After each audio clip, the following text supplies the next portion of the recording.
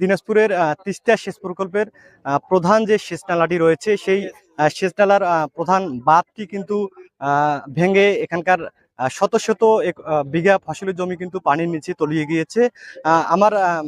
আমি এই মুহূর্তে দাঁড়িয়ে আছি নীলফামারী সদরের সিন্ধু এলাকায়। ঠিক যে যে এলাকার তিস্তা সেচ নালার যে এলাকার বাঁধটি ভেঙে গিয়েছে সেই বাঁধের ঠিক সামনে আমার পেছনেই কিন্তু দেখতে পাচ্ছেন যে তিস্তা সেচ প্রকল্পের এই আহ, এই এই এই নালাটি কিন্তু এটি তিস্তা সেচ প্রকল্পের প্রধান নালা। এটি কিন্তু দিনাজপুর এবং নীলফামারীর যে তিস্তা সেচ প্রকল্প আছে সেই নালার একটি অংশ। এই নালারই ঠিক এই আমার পিছনে যে ভাঙা অংশটি দেখতে পাচ্ছেন এই অংশটি ভেঙেই কিন্তু আম, আহ, প্রবল বেগে পানি ফসলি জমিতে প্রবেশ করে শত শত বিঘা ফসলি জমি কিন্তু তলিয়ে গেছে। আজ দুপুর 12:30টার দিকে এই বাঁধের কিন্তু 30 থেকে 40 মিটার অংশ ভেঙে এই পরিস্থিতি কিন্তু সৃষ্টি হয়েছে। আমরা এখানকার স্থানীয় যে বাসিন্দা রয়েছে আমরা কিন্তু তাদের সঙ্গে কথা বলেছি। তারা যেটি জানিয়েছেন যে আজ সকাল থেকেই কিন্তু এই বাঁধটিতে তারা ফাটল দেখতে পেয়েছিল, অর্থাৎ ভাঙার একটা সম্ভাবনা তৈরি হয়েছিল। তবে তারা কিন্তু বিষয়টা তারা যেটি বলছেন যে তারা বিষয়টি বারবার পানি উন্নয়ন বোর্ডকে অবগত করেছেন, তাদেরকে ফোন দিয়েছেন, কিন্তু তারা আসলে কোনো ব্যবস্থা নেয়নি। পানি উন্নয়ন বোর্ড এই ফাটল বা ভাঙন রোধে কিন্তু তারা সকাল থেকে কোনো ব্যবস্থা নেয়নি। এমনকি ক্যানেলের যে পানির পরিমাণ সেটিও কিন্তু অতিরিক্ত ছাড়া হয়েছিল।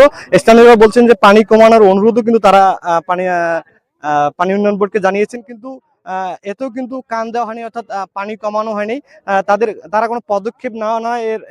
এই দুপুর 12:30টার দিকে কিন্তু স্থানীয়রা যখন তারা নিজ উদ্যোগে কিন্তু এই বাঁধটি মেরামত এবং ভাঙন ঠেকানোর একটা চেষ্টা করে, কিন্তু তাদের সেই চেষ্টাও কিন্তু অনেকটা ব্যর্থ হয়ে যায়। দুপুর 12:30টার দিকে বাঁধের প্রায় 30 থেকে 40 মিটার অংশ ভেঙে যায়। এর ফলে কিন্তু এখানকার প্রায় 500 বিঘা জমির আলু ও সরিষা ক্ষেত এখন পুরোপুরি কিন্তু পানির নিচে চলে গেছে। আমরা এই অবস্থার কারণে এখানকার যে কৃষকরা আছেন তারা কিন্তু অনেকটা দিশেহারা হয়ে পড়েছেন, কারণ আর মাত্র কয়েকদিন পরেই কিন্তু এসব ফসল আসলে কৃষকরা ঘরে তোলার কথা ছিল। তবে আমরা যেটি লক্ষ্য করলাম যে এখন পর্যন্ত কিন্তু এই বাঁধটি মেরামত করার কোনো তৎপরতা আমরা পানি উন্নয়ন বোর্ড নেয়নি। এরকম কোনো তৎপরতা আমাদের আসলে চোখে পড়েনি।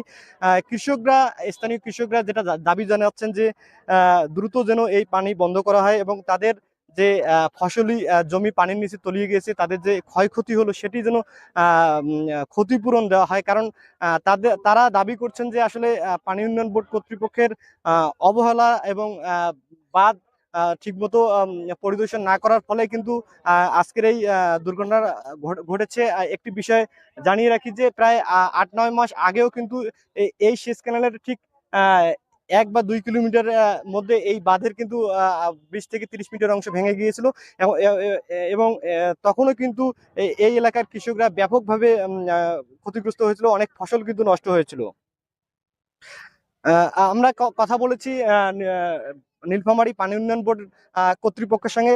তারা যেটি স্বীকার করেছেন যে আসলে পানি অতিরিক্ত সেচে ক্যানেলে অতিরিক্ত পানি থাকার কারণেই কিন্তু এই ভাঙন, এবং তারা যেটি বলছেন যে তারা এই ভাঙন ঠেকাতে কিন্তু বা এই বাঁধ দ্রুত মেরামত করার জন্য এখানে জিও ব্যাগ ফেলবেন সেই পদক্ষেপ তারা নিচ্ছেন, কিন্তু এখন পর্যন্ত আমরা কোনো তৎপরতা বা এরকম কোনো পদক্ষেপ আমরা দেখিনি।